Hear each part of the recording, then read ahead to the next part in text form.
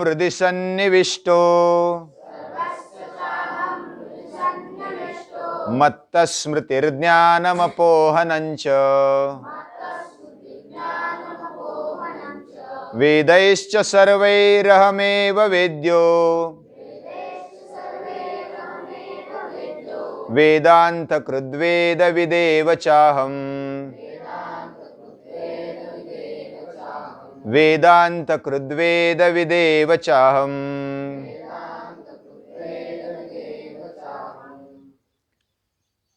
श्रीमद् भगवद गीता का 15वां अध्याय संसारी हम जैसे संसारी आदमियों के लिए बहुत ही बढ़िया है। हम यानी अभी तो इधर विद्यार्थी है, लेकिन पूरे समाज में दुनिया में संसारी ही ज़्यादा है।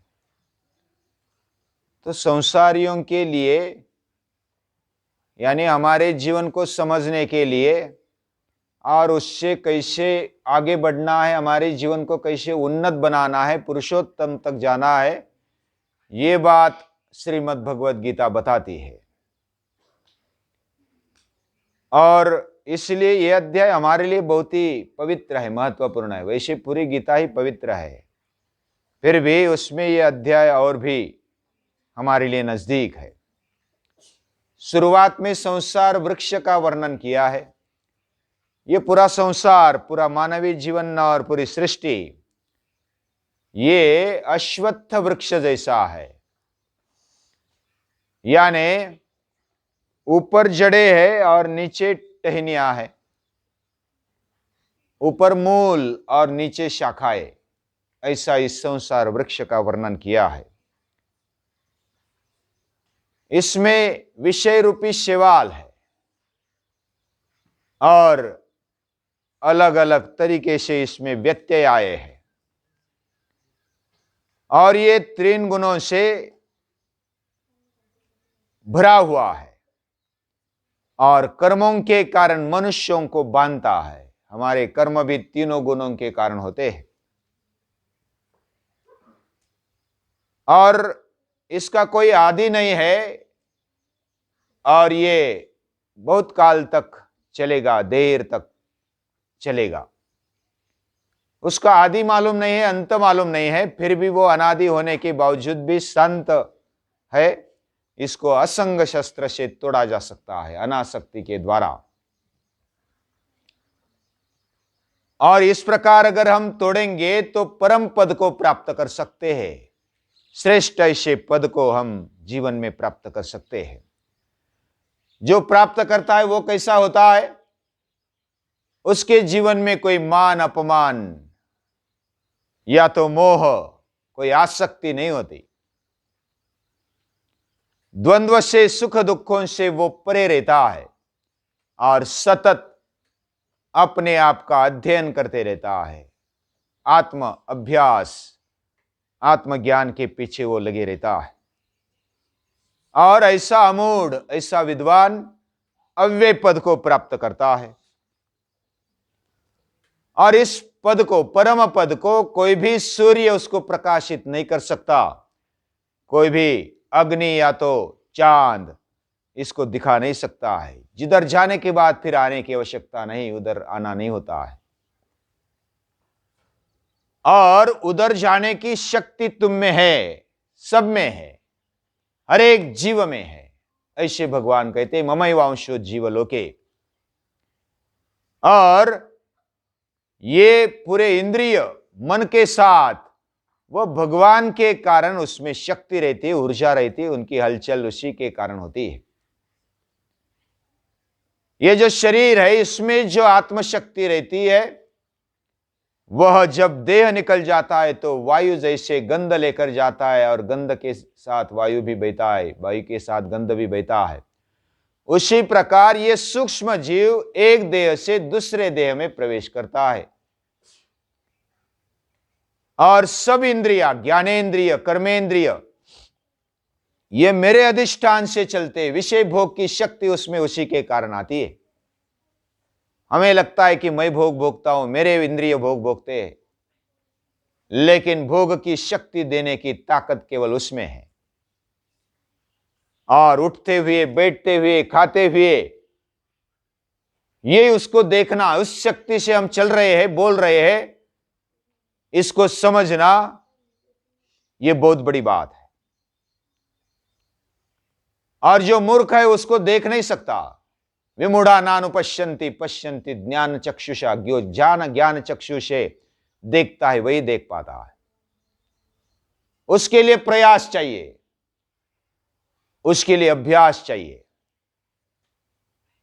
और जो प्रयत्न करता है और अंतःकरण को शुद्ध बनाता है वही भगवान को देख पाता है। यतन्तो योगिनश्चैनम, यतन्त यानी प्रयत्न करने वाले, योगिनः यानी योगी, शुद्ध अंतःकरण वाले, पश्यन्ति आत्मनि अवस्थितम, अंदर रहे हुए भगवान को देख पाते हैं, जो स्वसंवेद्य है। ओम नमो जी आद्या जय जय प्रति जय जय स्वसंवेद्या आत्मरूपा, ओम नमो जी आद्या वेद प्रतिपाद्या जय जय स्वसंवेद्या आत्मरूपा। ऐसे ज्ञानेश्वर ज्ञानेश्वरी में बताते हैं। वे महाज्ञानी हैं, ज्ञानीराज है। और जो आत्मशक्ति से अंतःकरण शुद्धि से प्रयत्न पूर्वक आगे बढ़ता है वही देख पाता है। जो प्रयत्न करने पर भी अंतःकरण जिसका शुद्ध नहीं होता है वो देख नहीं पाता। यतन्तो अकृतात्मानः, जो अकृतत्मान रहते हैं, जो अंतःकरण से अशुद्ध रहते हैं, वह देख नहीं पाते। ऐसे तेज को प्रकाशित करने की शक्ति सूर्य में भी नहीं है, लेकिन जो सूर्य की शक्ति वो उसके कारण है। तत्तेजो विद्यमामकम, वही मेरा तेज है, ऐसा तू समझ ले। जो पृथ्वी में शक्ति है भरण पोषण करने की, अंकुरने की, प्रसव धर्मी जो शक्ति है वो उसी के कारण है। गामा विश्व भूतानि धारयाम्यहमोजसा। और चंद्र में जो शक्ति है वो पूरे वनस्पतियों को औषधि गुण देता है, रस भरता है। ऐसा चांद भी उसी की शक्ति मेरे से है, यानी भगवान से है। ऐसे भगवान बोलते हैं, मैं ही वैश्वानर अग्नि होकर हर एक के अंदर ठहर कर 4 प्रकार का अन्न पचाता हूं। ऐसे सभी अन्न जो भी हम खाते वो पचाने की शक्ति भगवान रखते। प्राण और अपान युक्त होकर वो 4 प्रकार का अन्न पचाते हैं। ये सब कुछ चलाने की ताकत उसी की है, हमारी ताकत नहीं है। क्या हम प्राणवायु समझकर अंदर लेते हैं? क्या हम अगर घास में भी हमारे कोर में अगर कुछ कचरा आ गया तो हमें समझ में नहीं आता, आंखों को भी दिखाई नहीं देता है, फिर भी अंदर जिह्वा उसको समझ लेती है। अगर उसके भी समझ में नहीं आए तो अंदर जाने के बाद फिर उल्टी हो जाती है, अंदर कुछ बराबर नहीं काम कर रहा। तो जो अंदर डालने जैसा नहीं है या तो पचने जैसा नहीं है वो बराबर बाहर डाल देते हैं भगवान। मधुराधिपति रखिलम मधुरम वमनम मधुरम, ये वमन भी मधुर है। मधुराधिपति का सब कुछ मधुर है। वो हमारे हृदय में रहते हुए सभी काम करता है। उसका एड्रेस दे दिया है। हम ढूंढते हैं रामेश्वर में, हम ढूंढते हैं काशी में, हम ढूंढते हैं केदारनाथ में, बद्रीनाथ में, चारीधाम में, उधर उधर घूमते रहते हैं भगवान को देखने के लिए। भगवान मूर्ति में है, भगवान क्या पत्थर में है, कन कन में वैसे तो, लेकिन भगवान ने सही एड्रेस दे दिया। सभी के हृदय में मैं रहता हूं, इधर उधर ढूंढने की आवश्यकता नहीं। सर्वस्य चाहम हृदय सन्निविष्टा, और हृदय में रहता है, मैं सभी के हृदय में रहता हूं। और जिसका हृदय भगवान से भरा हुआ है वो देवालय होता है, वो मंदिर बन जाता है। उसका शरीर, उसका जीवन ये मंदिर जैसा पवित्र बन जाता है। ऐसे मंदिर जैसे जो व्यक्ति होते हैं, उनका देह होता है वो पवित्र और महापुरुष हमारे लिए आदर्श है, हमारे लिए भगवान है। भगवान बोलते हैं मेरे ही कारण मत्तः स्मृतिर, मेरे कारण मेमोरी है, मेरे कारण ज्ञान है, मेरे कारण ही विस्मृति है। विस्मृति भी उसी के कारण है। हम रात में भूल जाते हैं, और रात में भूलना यह आवश्यक होता है। या तो बुढ़ापे में इतनी चिंता बहते, इतनी चिंता ढोते हैं कि नींद नहीं आती, तो भगवान विस्मरण देता है, अभी भूल जा सभी, अभी जाने का वक्त आ गया, मेरे पास मिलने का वक्त आ गया, सभी भूल जा। ये विस्मृति देने वाला भगवान है। मत्त स्मृतिर्ज्ञानम अपोहनंच वेदैश्च सर्वैरहमेव वेद्यः, वेदों के द्वारा जो वेद्य है यानी जानने योग्य है वह मैं ही हूं।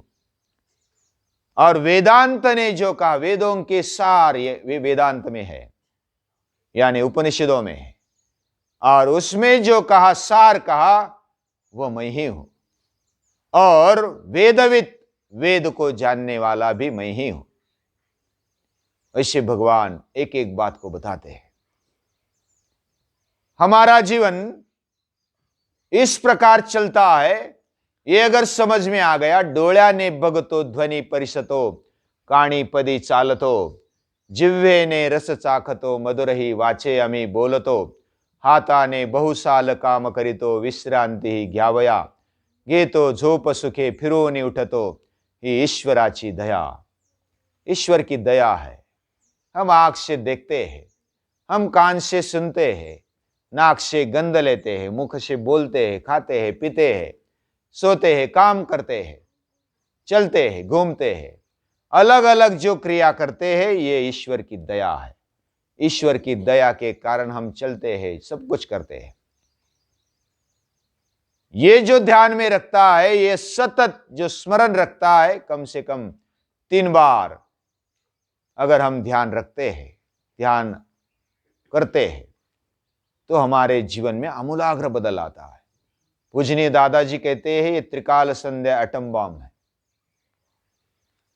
ये छोटा होने पर भी पूरे जीवन में स्फोट कर देगा, जीवन में ट्यूबलाइट जला देगा।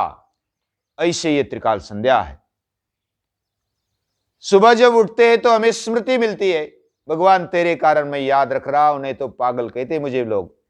अगर किसी को स्मृति नहीं रही, हाँ मेरी पत्नी के बजाय दूसरी कोई मैं पत्नी बोलने लगा तो एक, अरे अन्ना तो पागल हो गए, इस प्रकार बोलेंगे। मेरी स्मृति भगवान शाबुत रखता है, दे देता है। ये बहुत ही बड़ा उपकार भगवान करता है, उसके कारण हम कृतज्ञ रह करके उसको नमस्कार करना चाहिए। मेरे ही कारण स्मृति है। जैसे हम खाते हैं पीते हैं, खून बनता है तो हमें ताकत आ जाती है, हमें शक्ति मिलती है। 4 प्रकार का अन्न मैं पचाता हूं, ये भगवान खुद बोल देते हैं। और ऐसी ऊर्जा देकर हमारा जीवन उत्साही करता है। ऐसे भगवान को फिर से भोजन के समय याद करते हैं। और दिन भर हम थक जाते हैं और ऐसा लगता है कब बिछाने पर चले जाए और बस आराम करे, सब भूल जाए। ये विस्मृति देने वाला, शांति देने वाला भगवान ही है। और ऐसे भगवान को कम से कम 3 समय तो याद करो, ये पूजनीय दादाजी कहते हैं। और ऐसा अगर हो गया, कम से कम 3 समय याद करना है। ये त्रिकाल संध्या हो गई। संध्या यानी संधि काल, भगवान से जुड़ने का जो काल है वह संधि काल माना जाता है। सुबह और रात इसका संधि काल, वो प्रभात संध्या। शाम को भी संध्या काल कहते हैं। रात का और दिन का संगम यानी जोड़, वो संधि काल है, संध्या।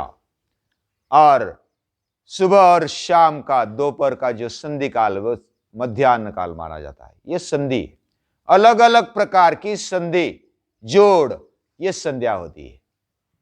ब्राह्मण संध्या करते हैं, हम भी ब्राह्मण बने, संस्कारों से ब्राह्मण बने। जन्मना जायते शूद्रः संस्कारात् द्विज उच्यते। हमारे शिक्षक कहते हैं, जन्मना जायते जंतु संस्कारात् मनुष्य उच्यते। संस्कार से मनुष्य होता है। पहले तो जंतु प्राणी जैसा है, वो पशु जैसा है।